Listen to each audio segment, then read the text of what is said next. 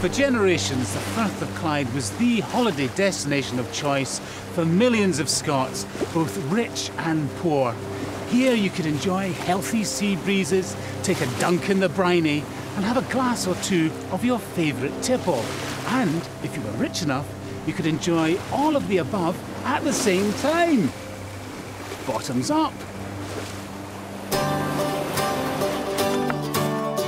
In this series, I'm retracing the routes taken by some of the early tourists to Scotland.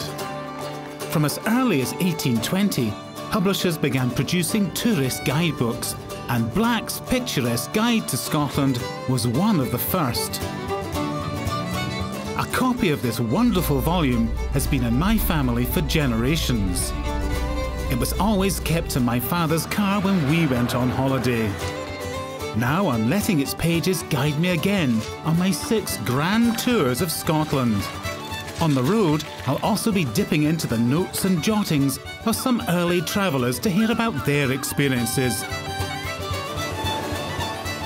This time, I'm on a voyage to discover how visitors from all walks of life enjoyed the islands, towns and sheltered bays of the mighty Firth of Clyde.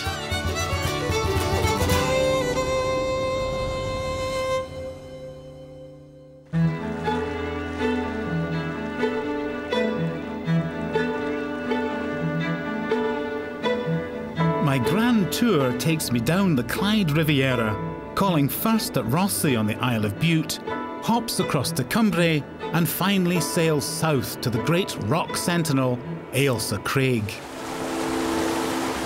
My journey starts here, where the River Clyde meets the sea and becomes the Firth of Clyde.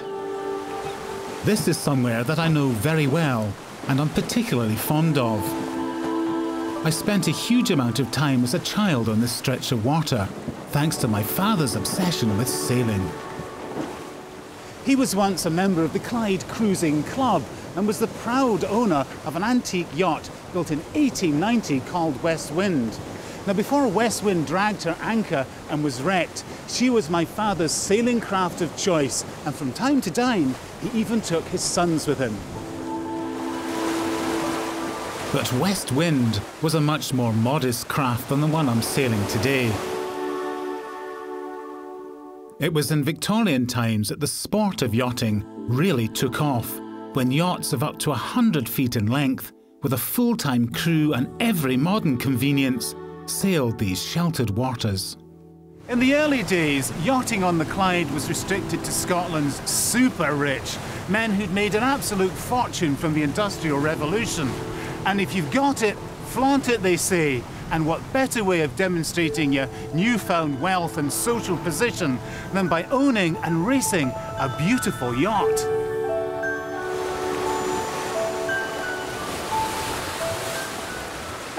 The famous Scottish magnate, Sir Thomas Lipton, loved sailing in these waters, and Prince Edward, the future king, sailed his yacht Britannia along this coast.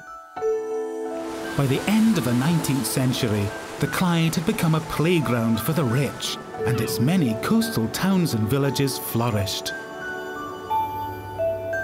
My first destination is the Isle of Bute, and a small town that was transformed into one of the most exclusive holiday destinations on the west coast, Rosslea.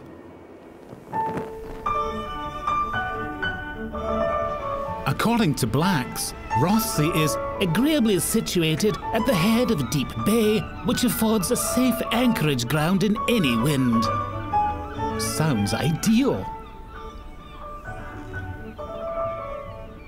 To a large extent, Rosslea was considered a posh resort, and early tourist literature was keen to trumpet the town's royal connections. If there was one thing that early Victorian tourists loved, it was history, and Rosslea could boast a castle, which had been a favourite with early Scottish kings. Reenactments of scenes from the castle's famous history were a popular attraction for visitors. Here we see the marriage of Robert the Bruce's daughter and the founding of the Stuart dynasty. But it wasn't only history that brought the well-to-do tourist. There was also miniature golf, which the Victorians deemed a much more appropriate game for women. Rothesay seemed to have it all. Why bother travelling abroad when you've got all this on your doorstep? Look, palm trees.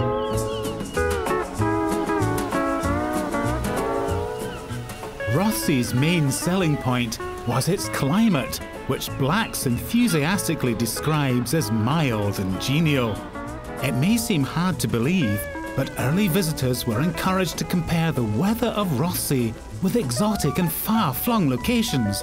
Incredibly, the town promoted itself as the Madeira of Scotland.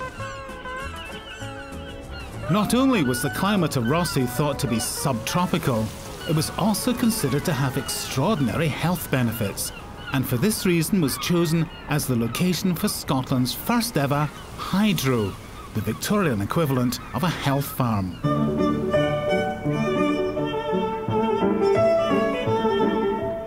The Glenburn Hotel was once known as the Glenburn Hydropathic, opening its doors for business in 1843.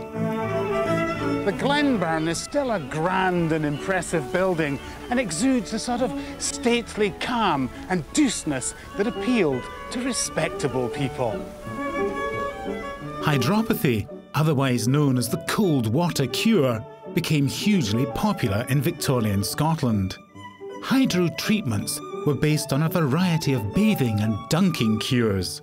This, combined with fresh air, exercise, and strictly no alcohol, was meant to restore ailing patients to robust health. For middle-class Victorians, time was precious, and even leisure time had to be beneficial in some way. So what better way of justifying having a holiday than by going somewhere that would improve the health of your body, your mind, and your morals? To find out more, I've come to meet historian Dr. Alistair Dury. Alistair, the Glenburn Hotel is a pretty impressive building, and it implies to me that in Victorian times, taking a hydro holiday was really a popular thing to do. It was. It was an idea that came in from Austria in the mid-19th century, and the Scots took to it like a duck to water. They built 15 to 18 very large hotels whose main purpose is to cure people and treat them through hydropathy. It's a system of baths, it's a system of showers, it's a system of massage. Your treatment is water and water only. Your diet is meat and fish, but no drink whatsoever. Right. And some very significant figures in the Victorian world underwent hydropathy. For instance, Charles Darwin, Tennyson, Florence Nightingale when she comes back from the Crimea. These are important people, and they're saying it's good for them. Why shouldn't it be good for you? So it's got a Victorian celebrity endorsement, in a Absolutely. sense. Well, I think I'm in need of some remedial care. I can see you are. So to try and understand just why the Victorians were so keen on hydropathy, I volunteered to experience one of the most popular treatments firsthand. The wet sheet. Lucky me. This is the centerpiece of hydropathy, wrapping you in cold, wet sheets. That's ghastly. Like a mummy. And Jane will now do that. Oh, this is hideous. What's the point? The point is that it's going to get you to perspire, and the perspiration will bring the badness out of your system and open your pores for fresh air. This is doing you good. No, it's not. It's not. You may feel it's unpleasant, but our objective is to get you to perspire. At the moment you're shivering, your body is reacting, but this is your first experience of the process. Have you tried this, Alistair? I believe it's far better for the invalid to experience these things than the doctor. But we will wait and watch and see. I can't imagine it will do me any good whatsoever. You can only trust in the experience of the many thousands of people who've experienced this treatment to their benefit, and I may say with much less complaint than you. Ah, but they're all dead, let's face it. You're hastening me on my way, I'm sure. It's freezing! We will return in an hour or so. An hour? I think my core body temperature has dropped dangerously. The Victorians may have lapped this up, but paying for the privilege of being wrapped in soggy towels is not my idea of fun. And one early hydropathy patient agreed. I have been stewed like a goose, beaten like a drum, battered like a pancake, and wrapped like a mummy in wet sheets and blankets. My belief is that I am in a lunatic asylum. I can only agree. So while the good doctor is out of the room, I quickly slip away in search of one of Rossi's more curious attractions, tucked away where you would least expect it.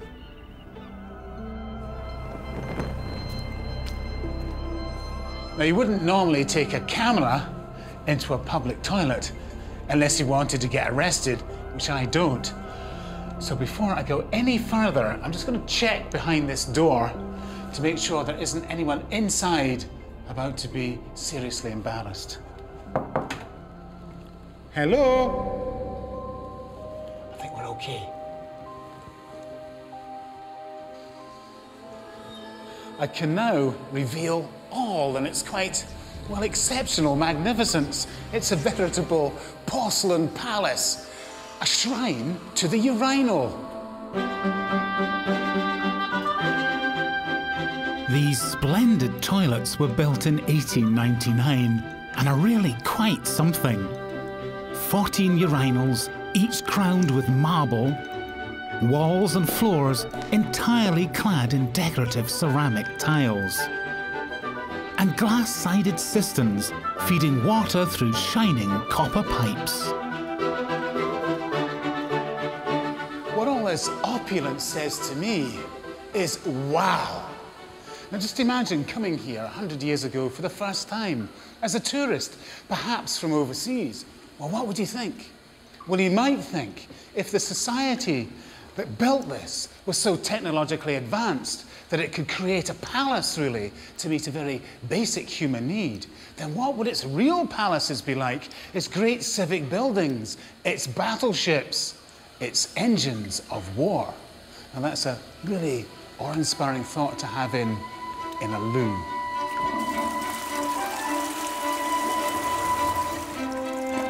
Indeed, such grand designs were not confined to humble buildings like public conveniences.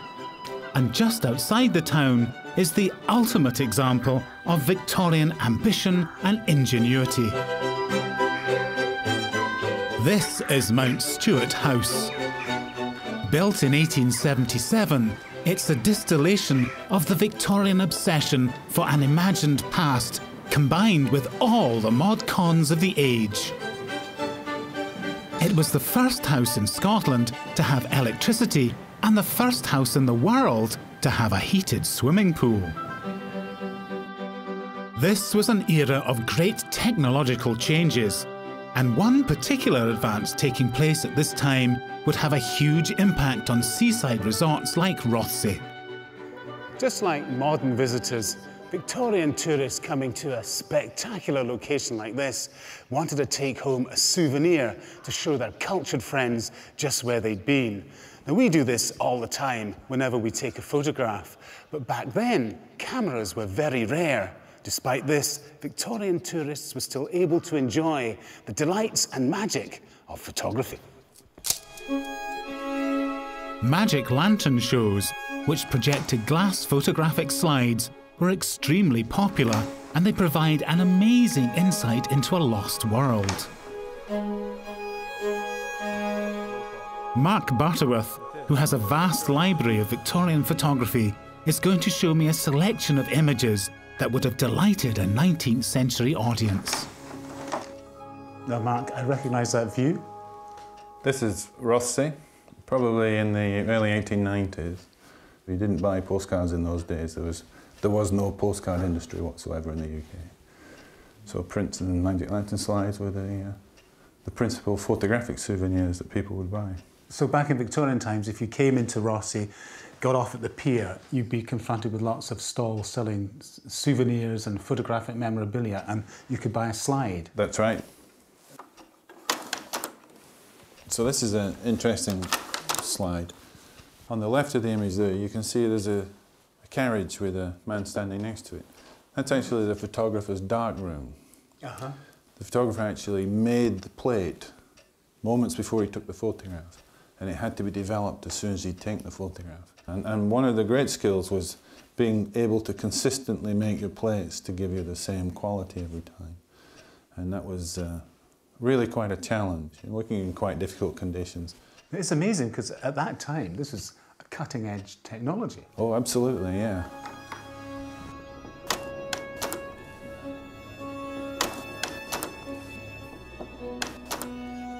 Of course, people didn't have cameras in those days, so magic lanterns were a way of showing people the views that they'd experienced, but you didn't actually have to own a magic lantern slide or a projector to have a show. That's right. There were several firms, some of them very big companies, that hired out slides or even hired out lanterns.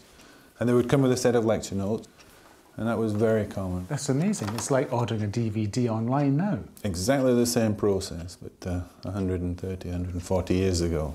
Now, how popular were magic lantern shows like this, to show slides like the ones you're showing me? Very popular. This was a very common form of entertainment. Towards the end of the 19th century, you either went to the theatre, you went to the music hall, or you went to a magic lantern performance.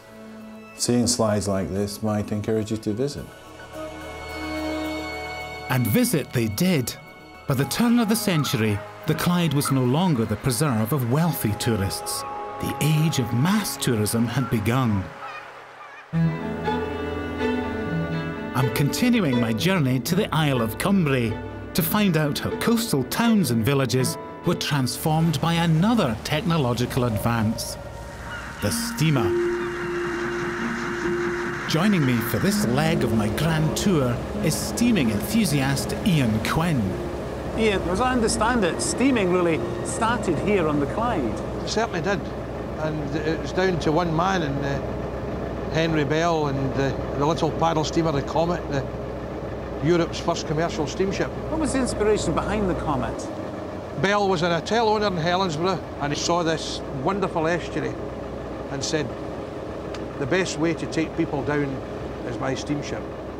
The Comet was launched on the 10th of August 1812. The sound of the paddle was heard down the Clyde for the first time. So really, the whole business of pleasure steaming began on the Clyde. It did. The 1850s, 1860s, it had really started to take off. Steamers were getting a bit bigger. Speed was getting a bit more powerful, so you could then travel a bit further in a day. How many steamers would have been plying their trade here? By the 1880s, you'd have had about 40, maybe more. This is cutting edge, this is new, this was the future. Oh yes, this was the future, and by the 1920s and the 1930s, you could travel the whole Clyde and back in a day. It would have been lovely to have got away from the dirty, smelly city to the fresh air of the Firth of Clyde.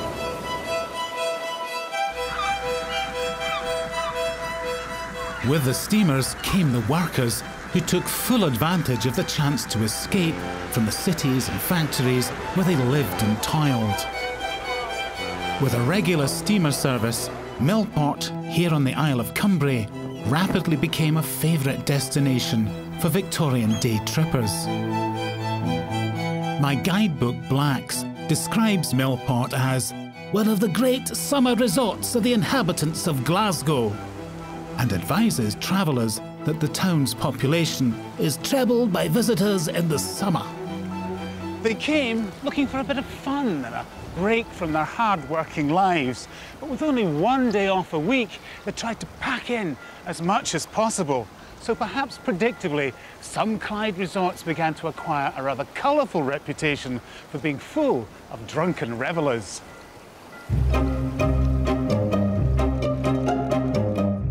Of course, the antics of working-class drunken revellers was bound to upset the sensibilities of more respectable tourists, especially the sort who enjoyed hydros and who read the Scotsman newspaper.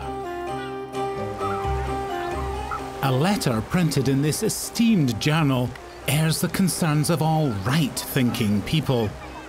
We lament to say that very many Scotch people of the working class seem incapable of enjoying a holiday without getting drunk. Once or twice we have found ourselves crowded with a most disagreeable mob of intoxicated persons, including women. Respectable citizens were getting upset at the sight of working people having fun. Demanding an end to rowdy and lewd behaviour, they put pressure on the authorities to curb what they saw as a dangerous moral slide. Could I have a pint of Bess, please? This led to the infamous Forbes-Mackenzie Act, which closed pubs on Sundays, Thanks very much. the only day off in the week. Perversely, attempts to limit the sale of alcohol to the working classes resulted in the exploitation of a loophole in the law. The result, the launch of the booze cruise.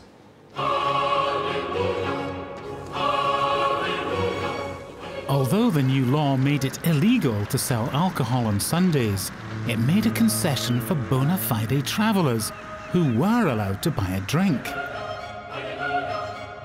Crafty businessmen and steamer owners were quick to see this as an opportunity to sell booze to anyone sailing on a Sunday. Oh, happy day. Suddenly steamers were offering Sunday specials for the workers, and soon everyone was steaming. Not only did these day trips give rise to the expression steaming to describe someone who's drunk, it actually made the Clyde coast even more desirable. Perhaps the most vivid record of the massive social change that was taking place is the seaside postcard. I'm meeting historian and postcard collector Eric Simpson to find out more. Eric, we've got a wonderful collection of cards here, and they really are unique because they provide a fascinating window on the past. Now, this is all social comment, really, and particularly the habits of some of the more enthusiastic tourists, some chaps looking as if they're really enjoying themselves. Yes, and the dry weather has its effect. So it was not unknown for fairly substantial numbers to give the doing the water holiday a bad reputation at certain times of the year. The impression I get is that, generally speaking, people were having a good time. Yes, they were yes, having fun. yes. It's lively. So working class people would be buying these and sending them to their friends back home. Yes, yes. This is not for posh people. Posh people would presumably send different sorts of postcards. They would send, for example, the public park at West Bay Millport. Extremely dull For a photograph. Now, in stark contrast, I have to say these are really quite amusing. Very colourful, Edwardian, risky seaside cards. And what have we got here? The water's right up to my expectations. No idea what that means. No, neither have I. No. But there's so much life in these pictures, it's fantastic. What it says to me is these are ordinary folk, working folk, having a good time. Yes, yes. And that's what the Clyde was famous for. But it wasn't just the fun and frolics of the busy seaside resorts that brought visitors here to the Firth of Clyde. There were still some who sought the peace and tranquility that had first attracted tourists to these waters.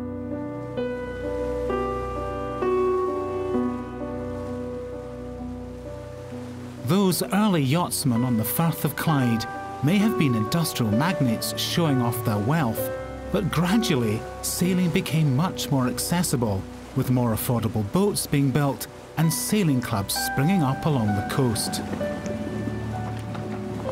I've been invited aboard the vintage yacht Camilla by Bill Ingalls to travel in style to my final destination. Bill, Camilla, she's a beautiful boat. She must be one of the oldest craft sailing on the Clyde. So I'm led to believe. Camilla was commissioned for a Mr.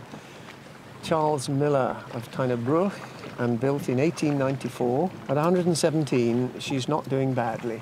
Yeah. But like any old lady of 117, she's marginally incontinent. Oh no, she does leak. Because the story of yachting on the Clyde really begins with men of tremendous wealth from the Industrial Revolution showing off in huge boats. That was for the elite, but this is something quite different. And what kind of person would have been able to afford a boat like this? A successful shopkeeper, businessman, tradesman. I mean, she's not like the big Victorian yachts with a paid crew of 20 hands constantly kept available. It's not kind of showing off, it's not ostentatious. No. Do you think this is the beginning of perhaps the idea of yachting for a man of more modest income? Yes. Oh, very much so. Very much so. For me, this is the best way to enjoy the Firth of Clyde. And I have to say that sailing on this little yacht takes me back to the many trips I had as a child on board my father's boat.